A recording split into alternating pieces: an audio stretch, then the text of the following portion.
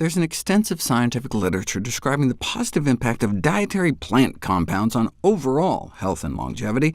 However, it's only now becoming clear that the consumption of diets rich in plant foods can influence neuroinflammation, brain inflammation, leading to the expression of cytoprotective, cell-protective, and restorative proteins.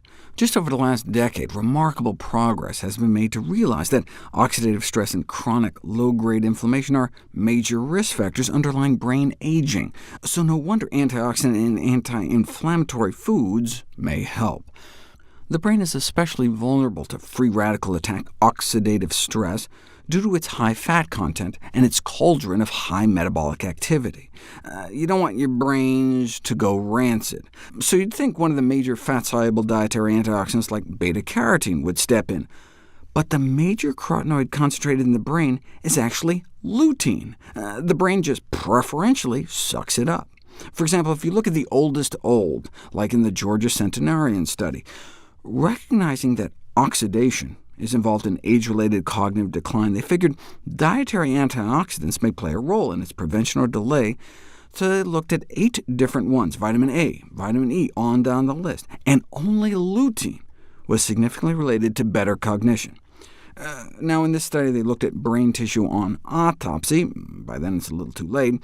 So how could you study the effects of diet on the brain while you're still alive? I mean, if only there was a way we could physically look into the living brain with our own 2 eyes.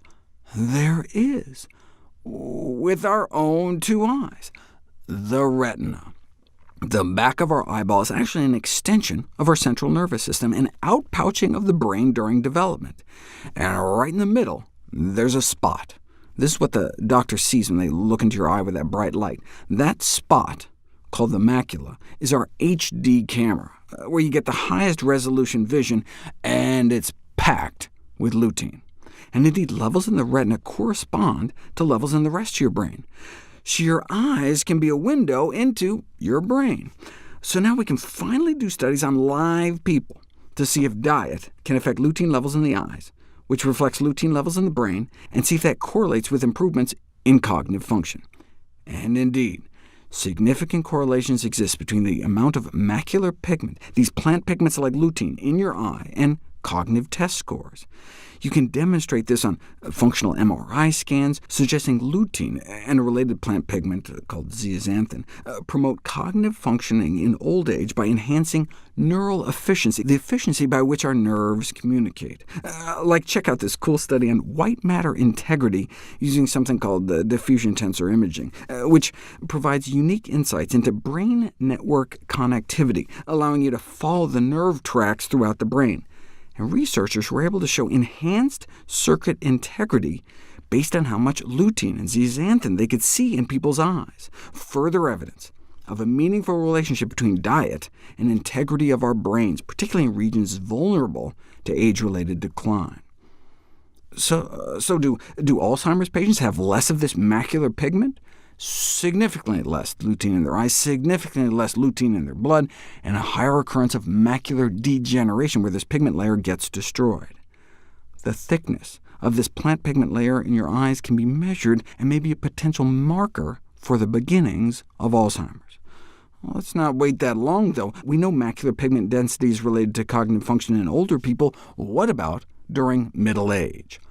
One apparent consequence of aging appears to be loss of some aspects of cognitive control, which starts out early, in mid-adulthood, but not in everybody, suggesting maybe something like diet could be driving some of the differences. Here's a measure of cognitive control showing younger, on average, do better than older adults. But older adults who have high macular pigment, lots of lutein in the back of their eyes, do significantly better. These results suggest that the protective role of carotenoids like lutein within the brain may be evident during early and middle adulthood, decades prior to the onset of more apparent cognitive decline later in life. You can take 20-year-olds and show superior auditory function in those with more macular pigment in their eyes. Look, the auditory system, our hearing, like the rest of our central nervous system, is ultimately constructed and maintained by diet, and is therefore not surprisingly sensitive to dietary intake throughout life, all the way back to childhood. Higher macular pigment is associated with higher academic achievement among school children. You can look into a kid's eyes and get some sense of how well they may do in subjects like math and writing. This finding is important because macular lutein is modifiable and can be manipulated by dietary intake. OK, so where is lutein found?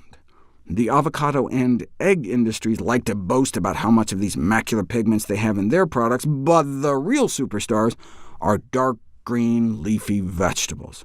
A half a cup of kale has 50 times more than an egg. A spinach salad or a 50-egg omelet. And the earlier, the better. Pregnant and breastfeeding women should definitely be checking off my daily dozen green servings, but it's also apparently never too late. While some age-related cognitive decline is to be expected, these effects may be less pronounced among those eating more green and leafy. But you don't know for sure until you put it to the test, which we'll explore next.